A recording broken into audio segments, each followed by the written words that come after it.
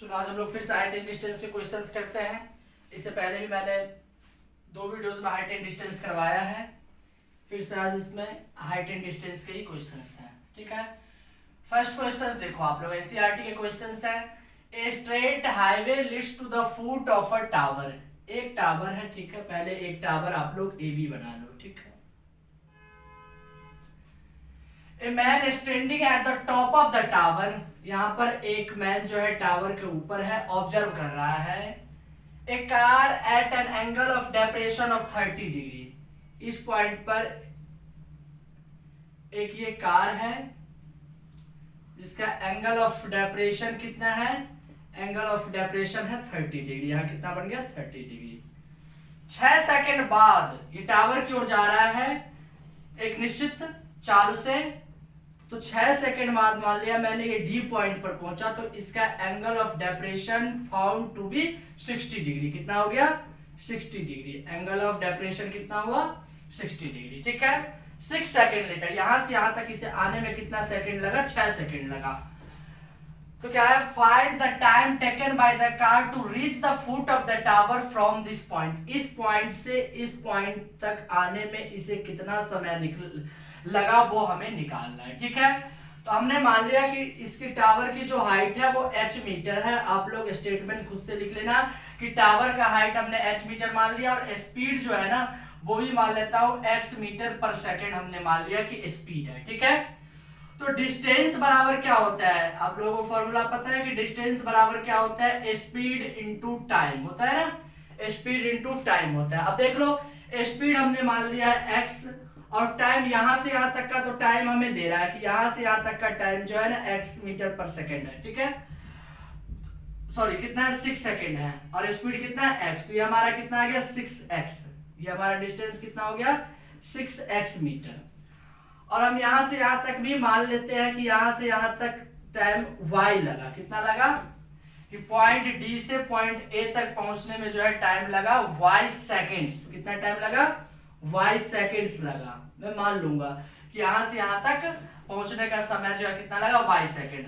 तो अब यदि हम इसमें AD निकालेंगे तो यहां भी स्पीड यानी डिस्टेंस निकालेंगे तो स्पीड इनटू टाइम। स्पीड हमारा कितना x और हमने टाइम कितना मान लिया y, तो ये हमारा कितना आ गया xy मीटर। यहां से यहां तक हमारा कितना हो गया xy मीटर। ठीक है, अब देख लो, अब दोनों ही राइट ट्रायंगल से आप निकाल लो। पहले हम ले लेते हैं in right triangle BAD, in right triangle BAD, AB upon में AD, AB अपॉन में AD। ये हमारा क्या है परपेंडिकुलर, ये हमारा क्या है बेस। तो P बाई B किसका होता है tan का, तो tan 60 डिग्री। AB हमने कितना माना है H, और AD हमारा कितना आ गया, AD आ गया XY, और tan 60 क्या होता है √3। तो H बराबर हमारा क्या आ गया ये √3XY। ठीक है, ये इक्वेशन फर्स्ट हो गया, ये हमने निकाल लिया। अब हम ले लेते हैं ये ट्रायंगल को BAC, इन ट्रायंगल BAC। ध्यान देना, जैसे हम लोगों ने पहले क्वेश्चंस किया वैसे ही इसमें भी करेंगे। ये हमारा फिर परपेंडिकुलर AB, और ये हमारा बेस AC इक्वल्स टू 10। ये भी perpendicular upon base 30 degree. AB में दो पार्ट, AD प्लस DC अपॉन में, सॉरी AB है H, AC में है AD plus DC equals to 10 31 upon में √3। तो H अपॉन AD हमारा कितना है XY ले लिया। ये हमारा कितना है 6x ले लिया, इक्वल्स टू 1√3। यहाँ H बराबर H√3 बराबर XY plus 6x, cross multiplication. तो H बराबर XY प्लस 6x अपॉन में √3, इक्वेशन सेकेंड।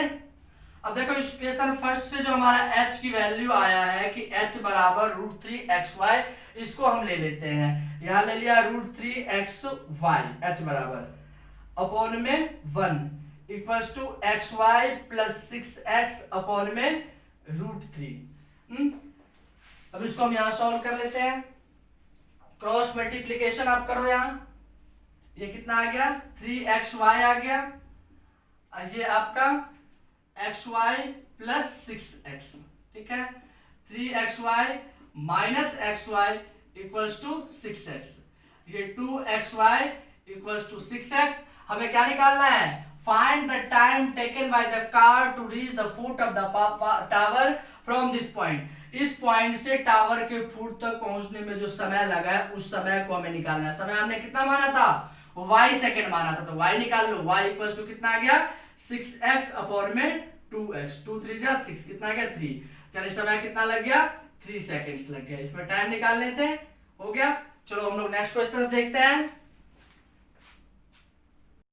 नेक्स्ट क्वेश्चन देखो, the upper part of a tree is broken by wind storm and it's makes an angle of 60 degree with the ground.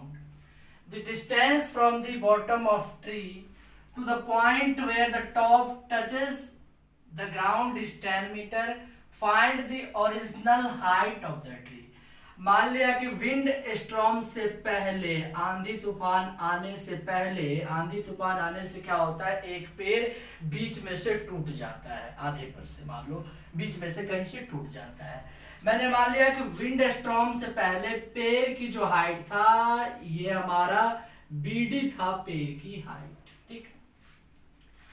मान लिया कि ये C point पर से, C point से मान लिया यहां से जो है पेड़ टूट के ये वाला पोर्शन गिरा यहां पर और ग्राउंड को टच किया यहां, ठीक है।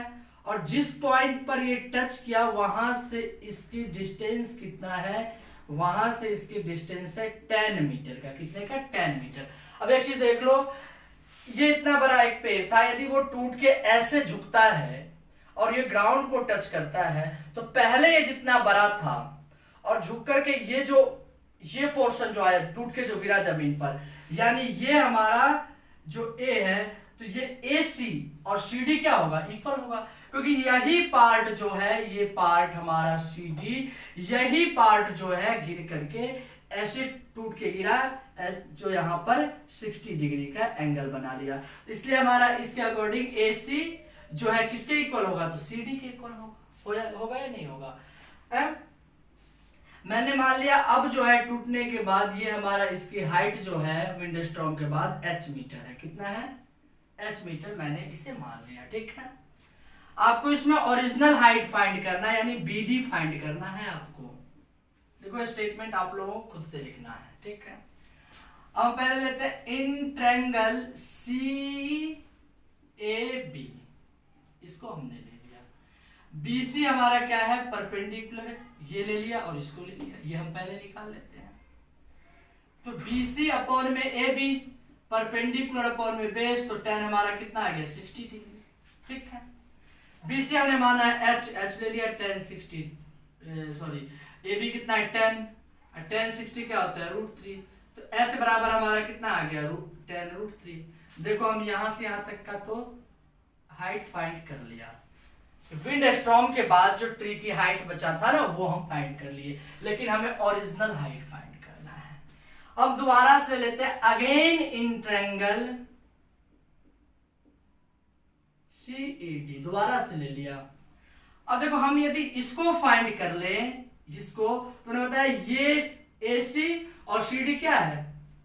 इक्वल है, यही पार्ट गिरा है ना, तो ये दोनों क्या होगा? इक्वल होगा। अब हमें इसको फाइंड करना है। इसको जो फाइंड करना है तो हमने ले लिया क्या? AC अपॉन में AB।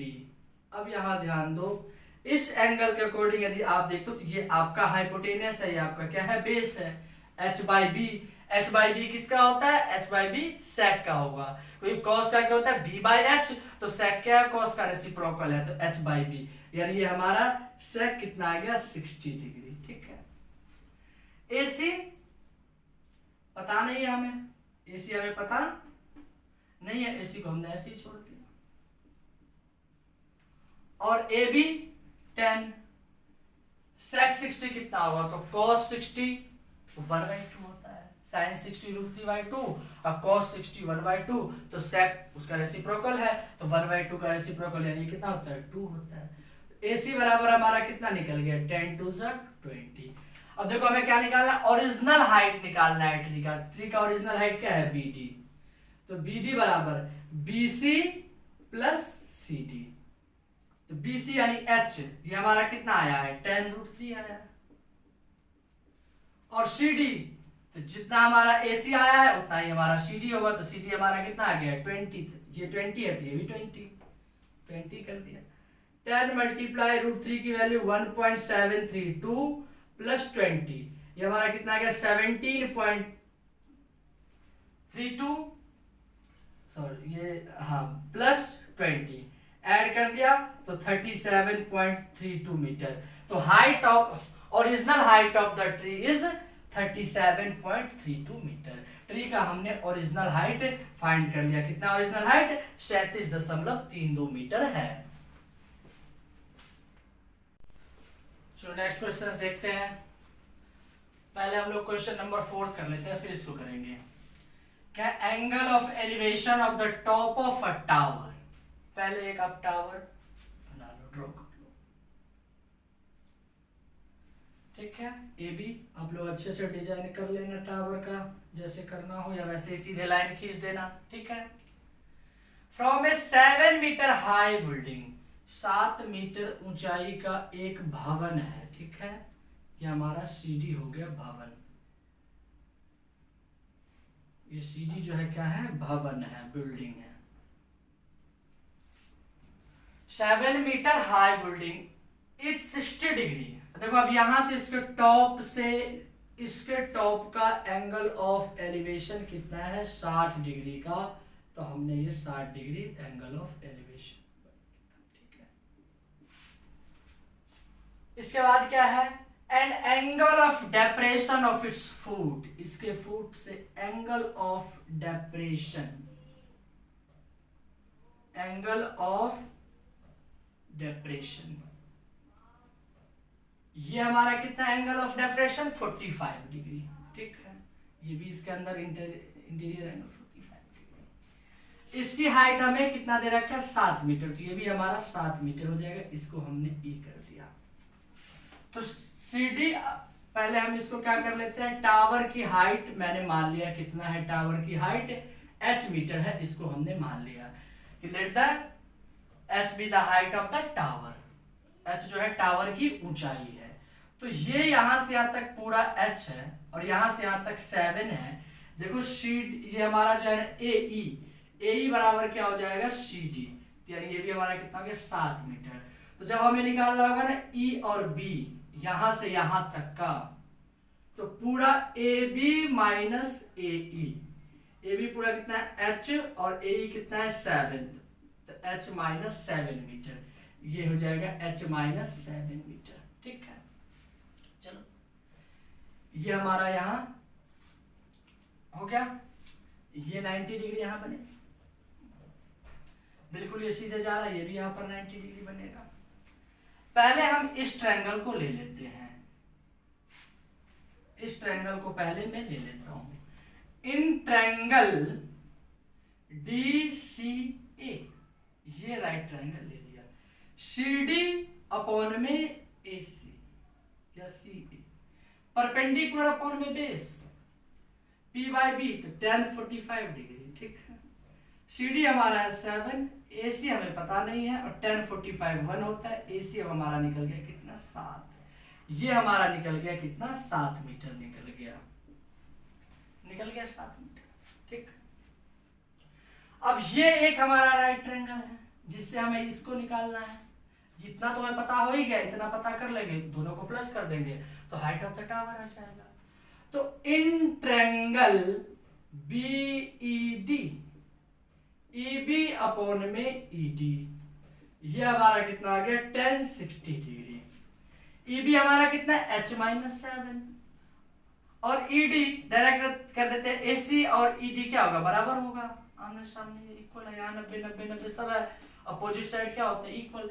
ये हमारा कितना ए सी जो हमारा इक्वेशन फर्स्ट से 7 आया है, तो ए सी और ई डी जो है इक्वल है। तो यहाँ पर हमारा ये भी क्या आ जाएगा 7 और ये हमारा कितना आ गया √3। Cross multiplication h minus 7 equals to 7√3, h equals to 7√3 plus 7। 7 into root 3 प्लस 1, 7 इंटू रूट 3 की वैल्यू 1.732 प्लस 1, ये क्या आ गया 7 मल्टीप्लाई 2.732, मल्टीप्लाई कर लो इसको, 19.124 मीटर हमारा ये आ गया। यानी ये हमारा कितना आ गया आपका, एच निकाल लिया हमने, एच हमने क्या माना था, टावर की हाइट माना था, तो thus height of the tower is 19.124 metre. हमने टावर की ऊंचाई जो है ज्ञात कर लिया। समझ में आ गया? ठीक है, नेक्स्ट क्वेश्चन हम लोग देखते हैं।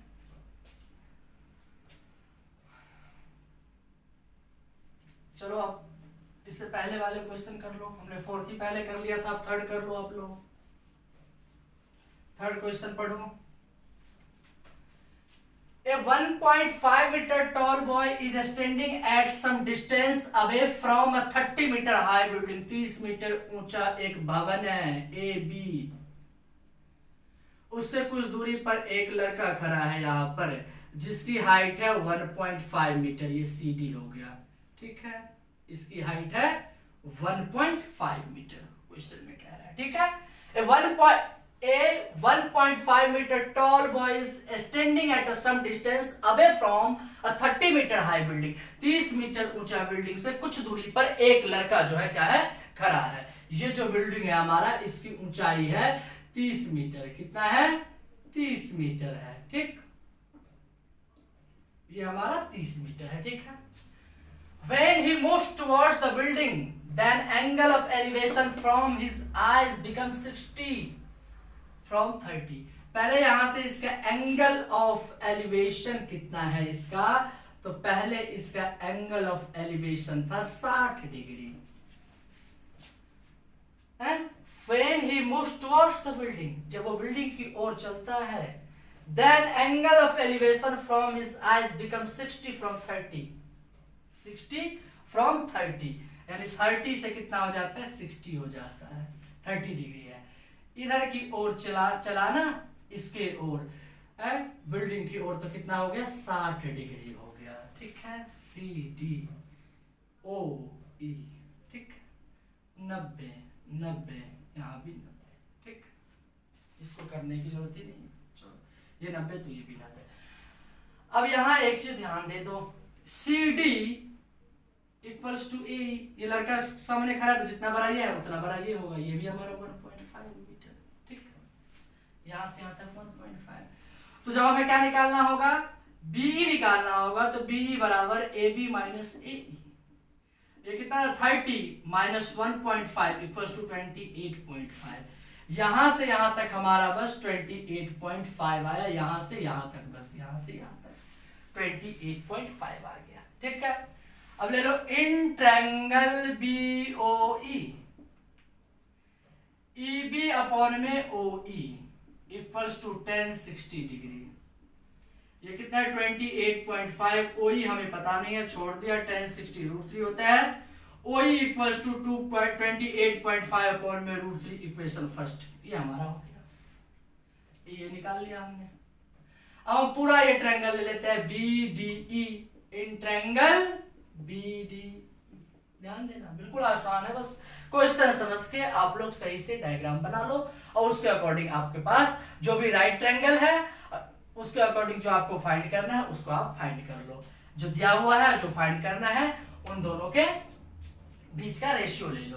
हमें फाइंड क्या करना, find how much distance he covers towards the building, यानी यहां से यहां तक ये कितने डिस्टेंस है, ये डिस्टेंस हमें फाइंड करना है, डीओ का डिस्टेंस हमें फाइंड करना है।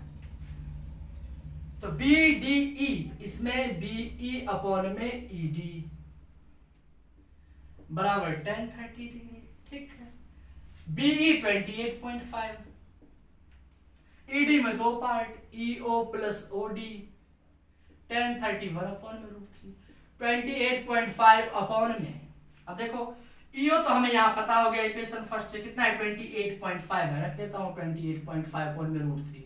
ओडी नहीं पता, ओडी को वैसे ही छोड़ दिया, ये आ गया हमारा 1 अपॉन √3। क्रॉस मल्टीप्लीकेशन आप करो, ये हमारा कितना आ गया 28.5 अपॉन में √3 प्लस ओडी बराबर 28.5 √3। ठीक है, OD equals to 28.5 √3 minus 28.5 upon में √3। इसको हमें सॉल्व करना है, यहां कर लेते हैं।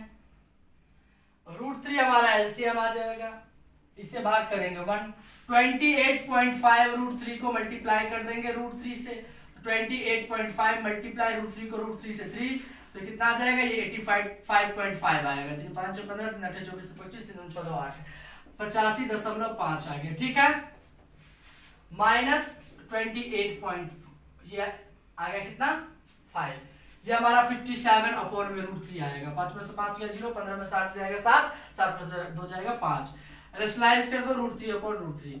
ये 57 √3 अपॉन में 3 कितना आ गया 19, ये कितना आ गया हमारा 19 √3 आ गया। ठीक है, हमारा ओडी कितना निकल गया, ओडी निकल गया 19 √3 मीटर।